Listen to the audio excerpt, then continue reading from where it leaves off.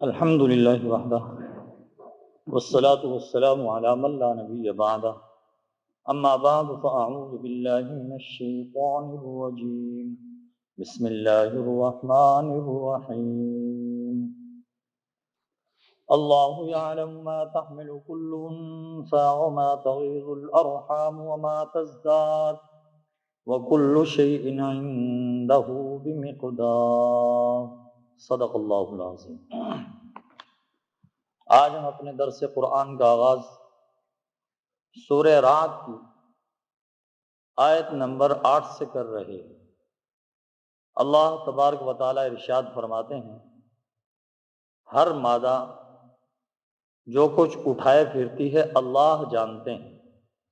وما تغیض الارحام وما تزداد، اور جو رحموں میں گھٹتا اور بڑھتا ہے اللہ ہی اسے جانتے ہیں۔ پچھلی آیات کے اندر کفار اور مشرکین کے معجزات کو نہ ماننے اور بعد الموت والی جو زندگی تھی، مرنے کے بعد زندہ ہونا، اس کے انکار کا ذکر تھا کہ کافروں کی سمجھ کے اندر یہ بات نہیں آتی تھی کہ جس وقت ہم ریزہ ریزہ ہو جائیں گے اور ہم گل سڑ جائیں گے تو کون ان ذرات کو جمع کر کے دوبارہ پیدا کرے گا؟ تو فرمایا ان ساری چیزوں کو اللہ جانتا ہے، اللہ کے علم محیط کے اندر سب کچھ ہے۔ تو آج کی اس آیت مبارکہ کے اندر اللہ کے علم محیط کو بیان کیا جا رہا ہے۔ فرمایا اللہ سب کچھ جانتے ہیں، وہ ذرات فرمایا مٹی کے اندر جو مل گئے ان کو بھی اللہ جانتے ہیں کہ کس کا کون سا ذرہ کہاں پہ ہے۔ تو فرمایا اللہ تبارک و تعالیٰ اس ذرے کو وہیں سے لے آئیں گے اور انسان کو دوبارہ بنا دیں گے۔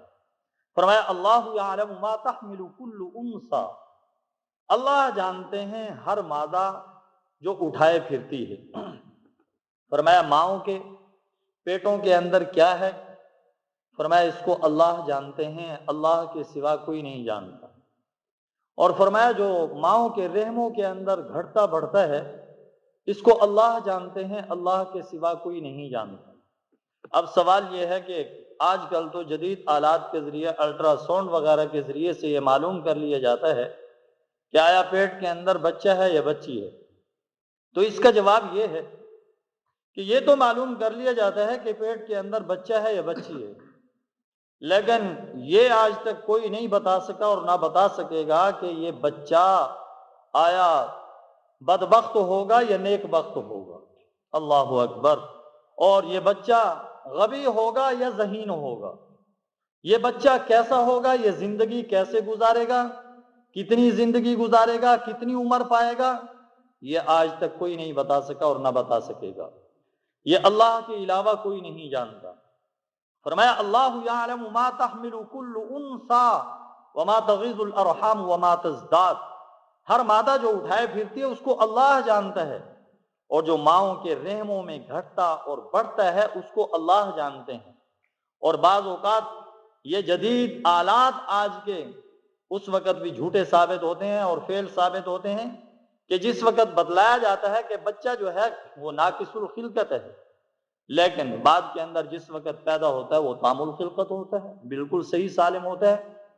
اور بعض اوقات ان آلات کے ذریعے سے یہ بتلایا جاتا ہے کہ بچہ نارمل پیدا نہیں ہوگا، لیکن پھر اللہ کی قدرت کار فرما ہوتی ہے اور وہ بچہ بالکل نارمل پیدا ہو جاتا ہے۔ اور بعض اوقات ان جدید آلات کی بیماریوں کی وجہ سے ایسا بھی ہوا کہ بتلایا جاتا ہے کہ بچہ ناقص الخلقت ہے، تو والدین نے اس حمل کو ضائع کرا دیا، اس کا قتل ہی کر دیا۔ تو اس لیے فرمایا اللہ جانتے ہیں جو کچھ مادہ اٹھائے پھرتی ہے اور جو ماؤں کے رحموں میں گھٹتا اور بڑھتا ہے اللہ کے سوا کوئی نہیں جان سکتا۔ یہ اللہ کا علم محیط ہے، جو ذات یہ سب کچھ جاننے والی ہے۔ فرمایا اس کو اس بات کا بھی علم ہے کہ کس کا کون سا ذرہ کون سی مٹی کے اندر ملا ہے، کہاں پہ گیا ہے، لہذا اللہ رب العزت وہیں سے اسے اٹھا کر قیامت کے دن زندہ کر کے رکھ دیں گے۔ وَكُلُّ شَيْءٍ عِندَهُ بِمِقْدَارٍ، ہر چیز کا اس کے ہاں ایک اندازہ مقرر ہے۔ جو بھی چیز ہے اللہ تبارک و تعالیٰ کے ہاں اس کا ایک اندازہ مقرر ہے، اس کا ایک پیمانہ مقرر ہے اللہ تبارک و تعالیٰ کے ہاں۔ جیسا کہ ایک حدیث پاک کے اندر آتا ہے کہ حضرت اسامہ بن زید رضی اللہ تعالیٰ عنہ سے روایت ہے کہ نبی کریم صلی اللہ علیہ وسلم کی کسی بیٹی نے نبی کریم صلی اللہ علیہ وسلم کے پاس پیغام بھیجا کہ میرا بیٹا جو ہے وہ جاں کنی کے عالم کے اندر ہے، آپ تشریف لے آئیں۔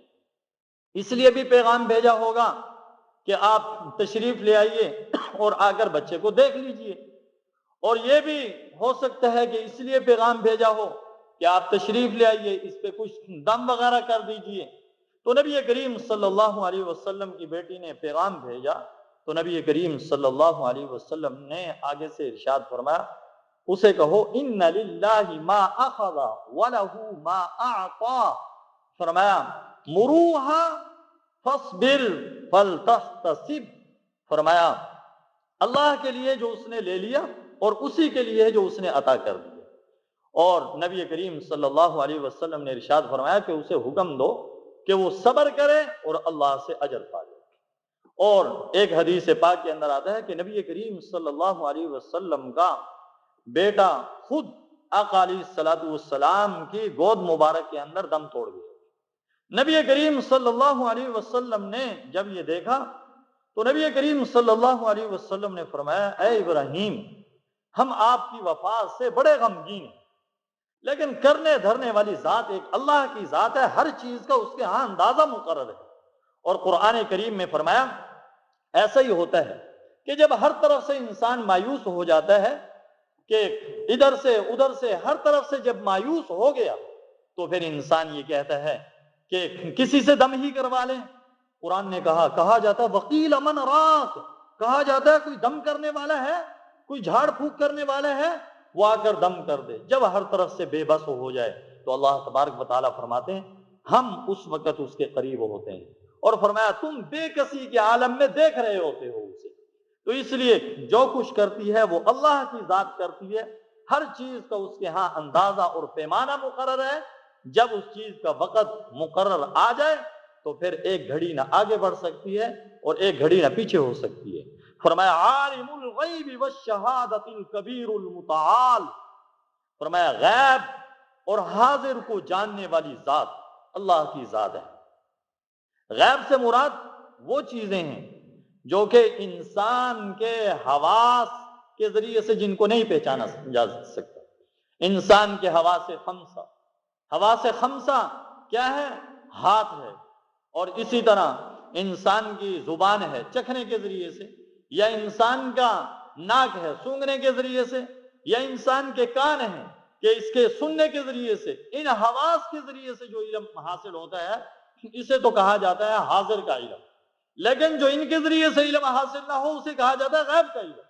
یعنی جہاں پر حواس کام کرنا چھوڑ جائیں، جو حواس کے ذریعے سے جن کا ادراک نہ ہو سکے، حواس کے ذریعے سے جن کی معلومات حاصل نہ ہو سکے، حواس کے ذریعے سے جن کا علم حاصل نہ ہو سکے، اسے کہا جاتا ہے کہ یہ چیز غیب کے اندر ہے۔ تو اس لیے فرمایا غیب کا جاننے والا اور حاضر کا جاننے والا اللہ ہے، اللہ کے سوا کوئی نہیں ہے۔ الکبیر المتعال، فرمایا وہ بہت بڑی ذات ہے۔ اللہ کی ذات واقعتاً بہت بڑی ذات ہے، اللہ کی ذات سے بڑی کوئی چیز نہیں ہے، سب سے بڑی اللہ کی ذات ہے۔ اور اسی چیز کا اقرار مؤذن اپنی 5 وقت کی ہر آواز کے اندر، ہر اذان کے اندر یہی اعلان کرتا ہے، اللہ اکبر اللہ اکبر، اللہ ہر چیز سے بڑا ہے، اللہ ہر شے سے بڑا ہے، اللہ سے بڑی کوئی چیز نہیں۔ تو اس لیے جس وقت انسان نماز پڑھتا ہے، فرائض ادا کرتا ہے اور سنتیں ادا کرتا ہے، فرائض اور سنتیں ادا کرنے کے اندر یہ جو اللہ اکبر کا کلمہ ادا کرتا ہے اور اس کے ذریعے سے اللہ کی بڑائی، اللہ کی کبریائی، اللہ کے بڑے ہونے کو جو بیان کرتا ہے، اس کا اندازہ لگایا گیا ہے علماء نے، بزرگان دین نے، تو تقریباً 466 مرتبہ انسان اللہ کی کبریائی کا اقرار کرتا ہے صرف فرائض اور سنتوں کی ادائیگی کے اندر۔ تو اس لیے واقعتاً اللہ کی ذات بہت بڑی ہے، اور اس کا اعلان مؤذن اپنی آذان کے اندر ہر 5 وقت کی آذان کے اندر کرتا ہے، اور نمازی اپنی نماز کے اندر اس چیز کا اقرار اور اعلان کرتا ہے کہ اللہ ہر چیز سے بڑا ہے، اللہ سے بڑا کوئی نہیں۔ المتعال، فرمایا وہ اس کی شان بڑی اونچی ہے، وہ بڑی اونچی شان والا ہے اللہ۔ واقعتاً اللہ کی شان اونچی ہے، اللہ جیسا کوئی نہیں ہے۔ اللہ کی جتنی شان ہے، کتنی شان ہے، جہاں پر مخلوق کی شان کی اور بلندیوں کی انتہا ہوتی ہے، وہاں سے میرے رب کی بلندیوں کی ابتدا ہوتی ہے۔ تو اس لیے المتعال، فرمایا اس کی شان ہر چیز سے اونچی ہے۔ اور اس سے ان لوگوں کا بھی رد ہو گیا جنہوں نے اللہ کے لیے مکان کو ثابت کیا، اور جنہوں نے کہا کہ اللہ جو ہے وہ کسی جہت کے اندر رہتے ہیں، اللہ کے اعضاء ہیں۔ تو اس لیے جن لوگوں نے یہ کہا کہ اللہ کے لیے ایسی چیزیں ثابت کی جو کہ مخلوق کے لیے ہیں، ان سب چیزوں کی نفی ہوگی۔ فرمایا اللہ تو اس کی شان تو ہر چیز سے اونچی ہے، فرمایا اس کو تھکاوٹ نہیں ہوتی، اسے اونگ نہیں آتی، اسے نیند نہیں آتی۔ فرمایا ان تمام چیزوں سے اللہ کی ذات بڑی ہے، اللہ کی شان اونچی ہے۔ سواء منکم من اسر القول ومن جہر به ومن هو مستخف باللیل وسارب بالنہار، فرمایا تم میں سے برابر ہے جو زور سے بات کر، فرمایا جو آہستہ بات کرے اور جو زور سے بات کرے، ومن هو مستخف باللیل، اور جو رات کو چھپا ہوا ہو، وسارب بالنہار، اور جو دن کو چل پھر رہا ہو۔ فرمایا اللہ کی ذات تو وہ ذات ہے، فرمایا چاہے آہستہ بات کر لو، چاہے زور سے بات کر لو، فرمایا چاہے کوئی آدمی رات کو چھپا ہوا ہو، اور فرمایا کوئی آدمی دن کو چل پھر رہا ہو، ان سب کو اللہ کی ذات دیکھتی ہے اور سب کی بات کو سنتی ہے۔ تو اس لیے فرمایا اللہ تو اس چونٹی کو جو کہ کالی رات کے اندر ایک پتھر پہ چل رہی ہے، اس کے پاؤں کے چلنے کی کون سی آواز ہے، کون سا ایسا آلہ ہے جس کے اندر اسے محفوظ کیا جائے، لیکن اللہ کی ذات اس کالی رات کے اندر چلنے والی پتھر پہ اس چونٹی کی پاؤں کی آہٹ کو بھی سنتی ہے وہ ذات۔ تو اس لیے فرمایا ومن هو مستخف باللیل وسارب بالنہار، برابر ہے تم میں سے، فرمایا ایسا بات کرے یا زور سے بات کرے، ومن هو مستخف باللیل، جو رات کو چھپا ہوا ہو اور جو دن کو چل پھر رہا ہو۔ فرمایا اللہ کی ذات ان سب کو جاننے والی ہے۔ کیسا اللہ کا علم ہے، یہ اللہ کی قدرت ہے۔ فرمایا اللہ تبارک و تعالیٰ کا علم محیط ایسا ہے، لہو معقبات من بین یدیہ ومن خلفہ، فرمایا اسی کے لیے، فرمایا انسان کے آگے اور پیچھے نگران فرشتے مقرر ہیں، حفاظت کرنے والے فرشتے مقرر ہیں۔ اللہ تبارک و تعالیٰ نے انسان کی حفاظت کے لیے فرشتے مقرر کیے ہوئے ہیں جو انسان کی حفاظت کرتے ہیں مصائب سے، حوادث سے۔ اللہ تبارک و تعالیٰ کے حکم سے یہ فرشتے انسان کی حفاظت پر مامور ہیں، اور انسان کی حفاظت پر بھی مامور ہیں، اور انسان کے اعمال کی کتابت پر بھی مامور ہیں وہ فرشتے۔ تو اللہ تبارک و تعالیٰ اگرچہ انسان کی حفاظت کے لیے اور کتابت کے لیے کسی واسطے کے محتاج نہیں ہے، لیکن میرے رب نے ایسا نظام بنایا ہے، ایسا کام بنایا ہے کہ جس سے انسان مانوس ہو، ویسا ہی ایک نظام بنایا ہے کہ انسان ان چیزوں سے لکھنے سے، ان چیزوں سے مانوس ہے، حساب کتاب سے انسان مانوس ہے۔ تو اللہ تبارک و تعالیٰ نے ایسا ہی نظام بنایا۔ فرمایا اس کے آگے اور پیچھے اللہ کے حکم سے اس کے نگران فرشتے مقرر ہیں جو اللہ کے حکم سے اس کی حفاظت کرتے ہیں۔ اور بعض رات نے یہ کہا کہ اس کا مطلب، آیت مبارکہ کا مطلب یہ ہے کہ جب انسان سے کوئی گناہ ہو جاتا ہے تو فرشتے انسان کے لیے استغفار طلب کرتے ہیں اس امید پر کہ اللہ تبارک و تعالیٰ اسے توبہ کی توفیق دے دے۔ اللہ اکبر۔ اور فرشتے اللہ تبارک و تعالیٰ نے مقرر کیے ہوئے ہیں انسان کی حفاظت کے لیے، اور انسان کو مصائب سے، حوادث سے وہ بچاتے ہیں۔ لیکن جس وقت اللہ کا حکم کار فرما ہوتا ہے، اللہ کا حکم آ جاتا ہے کہ انسان کو تکلیف پہنچنی ہوتی ہے یا کوئی حادثہ واقع ہونا ہی ہوتا ہے، تو پھر فرمایا وہ نگران فرشتے وہاں سے ہٹ جاتے ہیں۔ اور دیکھیں ہم نے یہ مشاہدہ کیا ہوگا، ہم نے بعض لوگوں سے سنا ہوگا کہ ہم بعض مرتبہ ایسے وقت کے اندر پہنچے، ایسے حادثے سے دوچار ہوئے کہ ایسے معلوم ہوتا تھا کہ اب بچنے کی کوئی امید ہی نہیں، لیکن یکایک ایک اللہ کی قدرت کار فرما ہوئی کہ اللہ تبارک و تعالیٰ نے بچا لیا۔ تو اس لیے اللہ تبارک و تعالیٰ نے انسان کی حفاظت کے لیے نگران فرشتے مقرر کر رکھے ہیں جو انسان کو حوادث سے، مصائب سے، تکلیفوں سے فرمایا بچاتے ہیں۔ لیکن جب اللہ کا حکم آ جائے، جب اللہ کا آرڈر آ جائے، وہ فرشتے ہٹ جاتے ہیں اور پھر اللہ کا حکم پورا ہو کے رہتے ہیں۔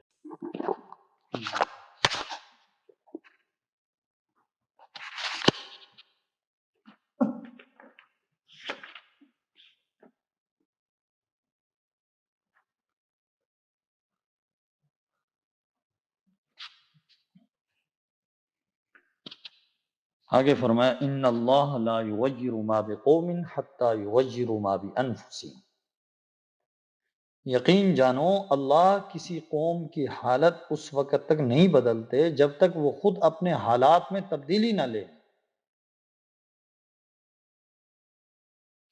یاد رکھیں قوموں کا عروج و زوال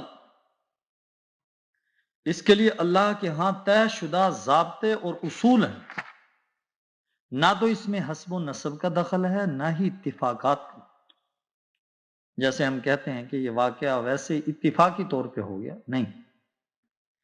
جیسے شمس و قمر کا طلوع اور غروب، زمین و آسمان کی گردش سنت الہیہ کی پابند ہے، اسی طرح اقوام عالم کی عزت و ذلت اور خوشحالی و بدحالی بھی اللہ تعالیٰ کی سنت کے تابع ہے۔ کسی قوم کو نعمت اور عافیت سے اس وقت محروم کیا جاتا ہے جب وہ قوم اپنے عدل کو ظلم اور اطاعت کو بغاوت میں، اعتدال کو افراط و تفریط میں، جہد و سعی کو غفلت اور عیاشی میں، اور محبت و اخوت کو نفرت و عداوت میں تبدیل کر لیتی ہے۔ اس لیے حدیث قدسی میں اگر کسی بستی والے اللہ کی اطاعت چھوڑ کر معصیت میں لگ جائیں تو اللہ بھی ان کی خوش عیشی کو قابل نفرت زندگی میں تبدیل کر دیتے ہیں۔ باقی بعض سلف صالحین سے، بزرگوں سے یہ منقول ہے کہ اپنی اولاد یا سواری میں انہوں نے سرکشی دیکھی تو کہا کہ میں جان لیتا ہوں کہ مجھ سے کوئی گناہ ہو گیا۔ تو حقیقت یہ ہے کہ بزرگوں کا یہ قول اللہ کے شدت خوف پہ مبنی ہے، ورنہ قوموں اور افراد پہ آنے والے مصائب اور حالات میں بہت فرق ہے۔ جہاں تک افراد اور اشخاص کا تعلق ہے،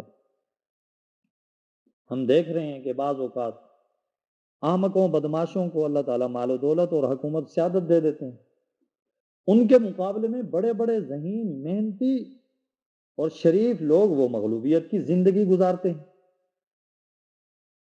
اور نافرمانوں کو خوشیاں میسر آتی ہیں، فرما برداروں پر ٹوٹی ہوئی تسبیح کے دانوں کی طرح حوادث آتے ہیں، پریشانیاں آتی ہیں۔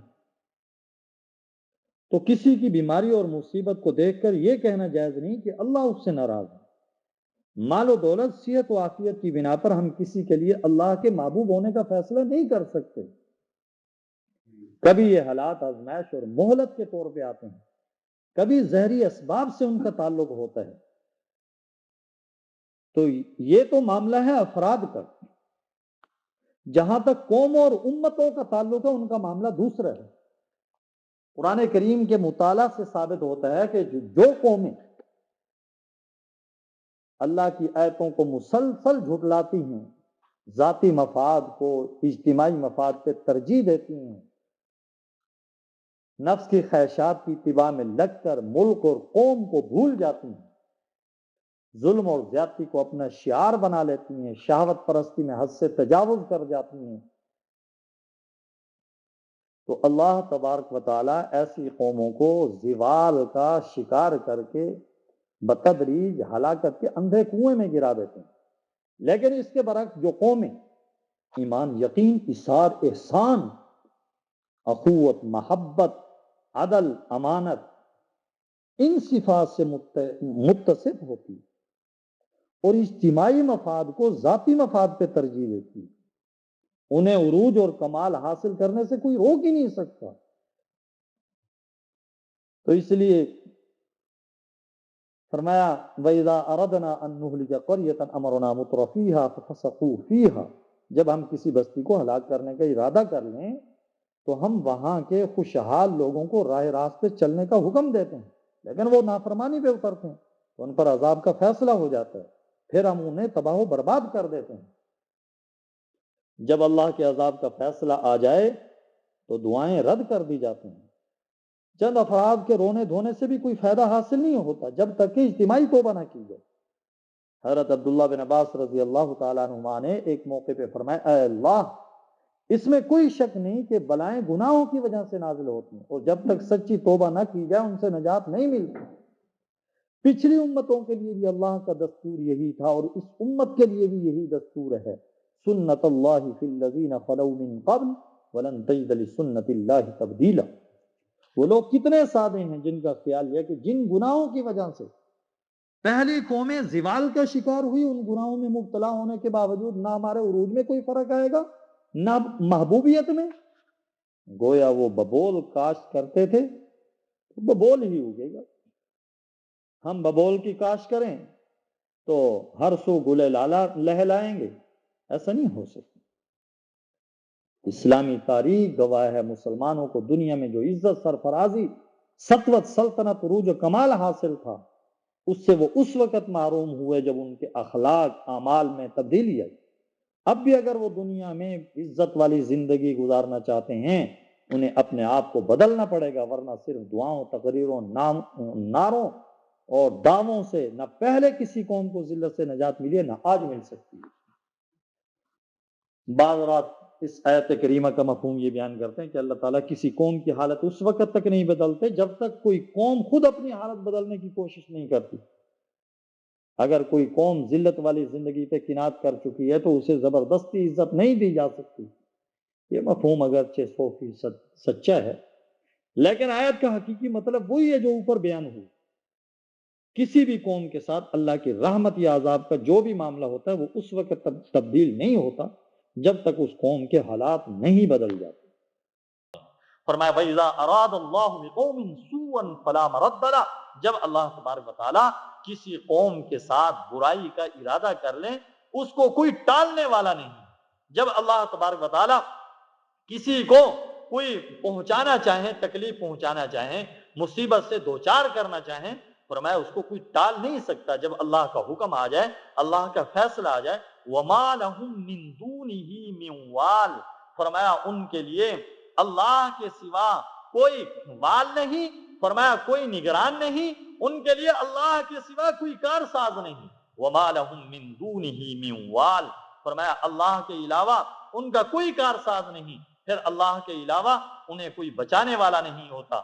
اس لیے دعا ہے اللہ رب العزت کی ذات سے کہ اللہ ہم سب کو اپنی حفاظت اور امان کے اندر رکھے۔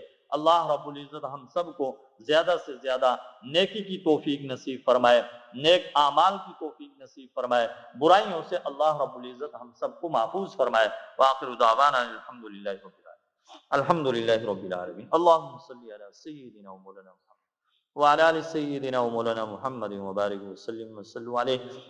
اے اللہ ہم سب سے راضی ہو جا، اپنی رضا مبارک ہم سب کو نصیب فرما، گناہوں کو معاف فرما، زیادہ سے زیادہ نیک اعمال کی توفیق نصیب فرما، پریشانیوں سے محفوظ فرما، امت مسلمہ کی خیر فرما۔ اے اللہ امت مسلمہ کی خیر فرما، حفاظت فرما، حرمین شریفین کی حفاظت فرما۔ وصلی اللہ تعالی علی خیر خلقہ محمد وعلی آلہ واصحابہ وآل بیتہ اجمعین، آمین آمین برحمتہ۔ جزاکم اللہ۔